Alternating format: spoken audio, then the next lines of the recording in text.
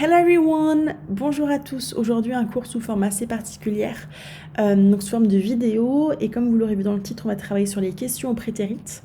Avant que nous commencions, donc sur Pronote, vous avez absolument tous les documents dont nous allons avoir besoin aujourd'hui et également la leçon. Donc j'aimerais que soit vous l'imprimiez si c'est possible pour vous et vous complétiez au fur et à mesure, soit si ce n'est pas possible que vous jetiez un coup d'œil au polycopier pour voir à peu près l'organisation de la leçon et qu'au fur et à mesure du cours, vous copiez, enfin au fur et à mesure de la vidéo, que vous copiez la leçon.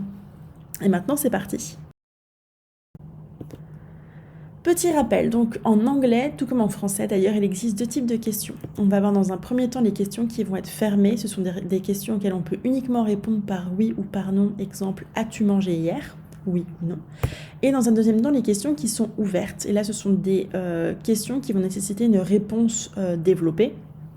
Par exemple, qu'as-tu mangé hier? On a besoin de développer la réponse, parce que si vous répondez uniquement oui ou non, vous êtes quand même sacrément bizarre. Ce qui va suivre va être valable pour absolument tous les verbes au prétérit pour poser des questions, sauf pour un seul verbe, et le verbe c'est be. D'accord? Donc gardez bien ça en tête. La leçon qu'on va voir, c'est applicable pour absolument tous les verbes, qu'ils soient réguliers ou irréguliers, sauf pour be, et on verra comment poser des questions avec be à la fin de la vidéo.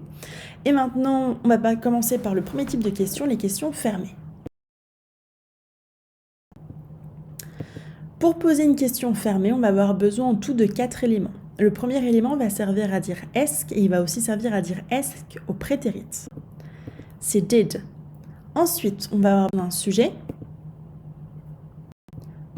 d'une base verbale. Donc pour rappel, une base verbale, c'est un c'est un verbe qui n'a absolument aucune conjugaison, qui est tout nu, qui est brut. Et c'est ce qu'on appelle pour information un infinitif en français. Et enfin, éventuellement, et c'est pour ça que je l'ai mis entre parenthèses, un complément.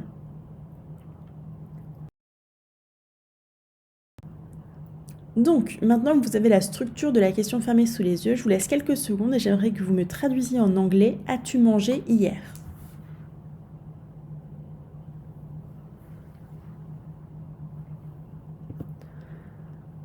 Vous aurez donc besoin de ces éléments suivants. Did you eat yesterday? Donc ça reprend bien did, sujet, base verbale et complément. Maintenant, on va passer aux questions ouvertes. Pour les questions ouvertes, on va avoir besoin cette fois-ci de 5 éléments qui sont ceux-là. On ne va pas commencer par le premier élément de la phrase, vous allez comprendre pourquoi, on va commencer à partir du deuxième. Le deuxième qui va être du coup did, vu qu'il va servir à dire à la fois est-ce que et est-ce que au prétérit. Deuxième élément dont j'ai besoin, un sujet. Troisième élément, une base verbale. Et enfin, quatrième élément, un complément. Et donc, il nous manque donc le premier élément de la phrase. Pour l'instant, vous voyez qu'on est exactement sur la même structure que la question fermée. Et la seule différence que nous allons avoir entre une question fermée et une question ouverte, c'est un mot interrogatif. Donc, maintenant que vous avez la structure sous les yeux, je vous laisse à nouveau quelques secondes et j'aimerais que vous traduisiez en anglais « Qu'as-tu mangé hier ?» ou « Qu'est-ce que tu as mangé hier ?» C'est la même question. Ça sera du coup « What did you eat yesterday ?» qui reprend du coup à la fois le mot interrogatif, ensuite « did », sujet, base verbale et complément.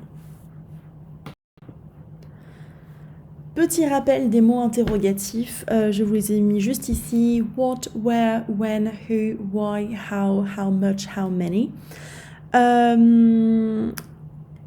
Petit point sur who, parce que vous allez voir avec who que c'est un petit peu différent des autres mots interrogatifs. Alors, lorsque who, vous allez voir que parfois who va être sujet de la question, d'accord? Imaginons que nous ayons la phrase suivante. Who called Kelly? Donc, qui appelait Kelly? Et on sait que c'est Mary qui appelait Kelly, d'accord? Si dans cette question-là, j'arrive à remplacer who par le nom de la personne qui appelait Kelly, ça veut dire que who va être sujet de la phrase. Donc, Mary called Kelly. Donc là, j'ai juste transformé who en Mary, vu que nous, on sait que c'est Mary qui a appelé Kelly. On voit qu'on arrive à transformer la phrase et que la phrase continue à avoir du sens. Donc ça veut dire que who est sujet de la phrase. Et lorsque who est sujet de la phrase, on va garder la même structure qu'en français, c'est-à-dire qui a appelé Kelly, donc who pour qui, a appelé called et Kelly pour le reste. Donc voilà, quand vous avez une question avec who, étudiez bien pour savoir si who est le sujet de la phrase. Et si c'est le cas, on va avoir exactement la même structure, le même calque qu'en français. Maintenant, petit exercice de manipulation. Imaginons, vous avez cette phrase-là, Kate found the phone yesterday, avec un élément qui est souligné. Donc on a a phone qui est souligné. Donc Kate a trouvé un téléphone hier et on a un téléphone qui est souligné.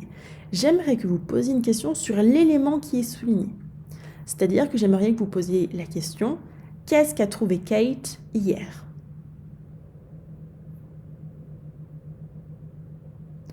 Donc, pour dire qu'est-ce, on va avoir what, ensuite did Kate find yesterday? What did Kate find yesterday? Donc, vous voyez bien, alors attention, vous voyez bien dans la phrase blanche, on a bien found, vu qu'on est sur une phrase qui est au prétérit, et que cependant dans la deuxième phrase en rouge, on a find, parce que c'est bien la base verbale du verbe irrégulier found. Ok? Deuxième exercice. Cette fois-ci, on a John started his new job last week. On a last week qui est souligné, donc John a commencé son nouveau travail la semaine dernière. J'aimerais donc que vous posiez la question, quand est-ce que John a commencé son nouveau travail?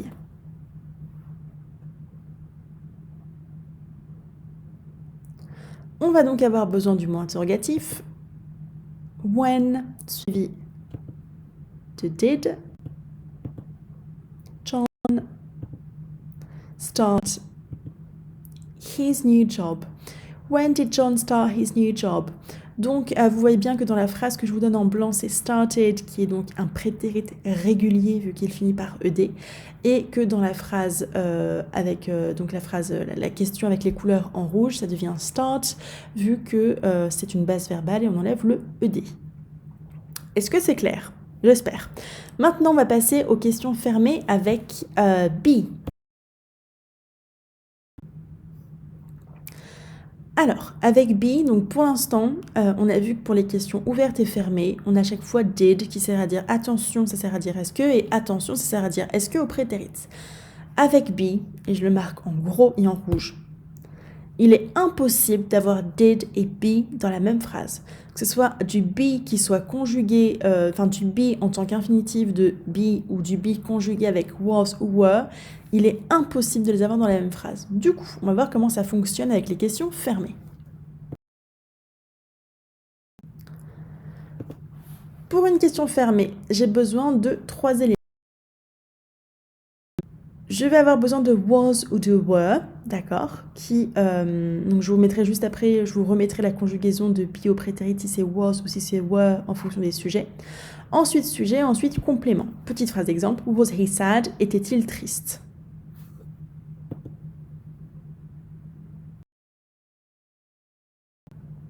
Maintenant, les questions ouvertes avec be. On va avoir besoin de 4 éléments.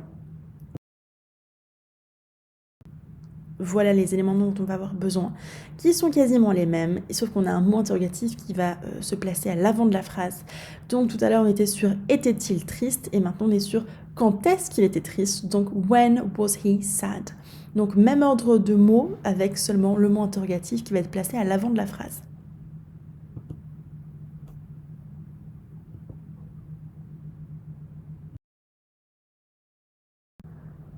Petit rappel pour la conjugaison au prétérit de be, nous avons I was, you were, he, she, it was, we were, you were, they were.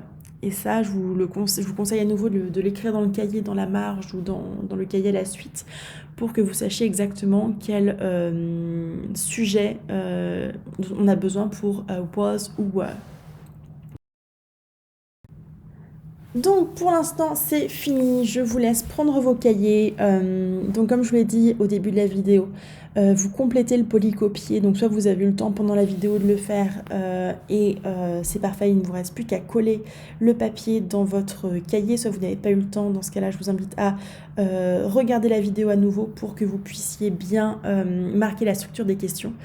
Vous aurez toutes les indications qu'il reste sur Pronote avec les documents et le reste de la séance vu qu'on n'a pas fini la séance. Vous aurez des exercices à faire. J'espère que la leçon aura été claire. Si vous avez des questions, n'hésitez pas à m'envoyer un mail sur l'ENT. Et je vous dis, j'espère à très bientôt. Bye bye!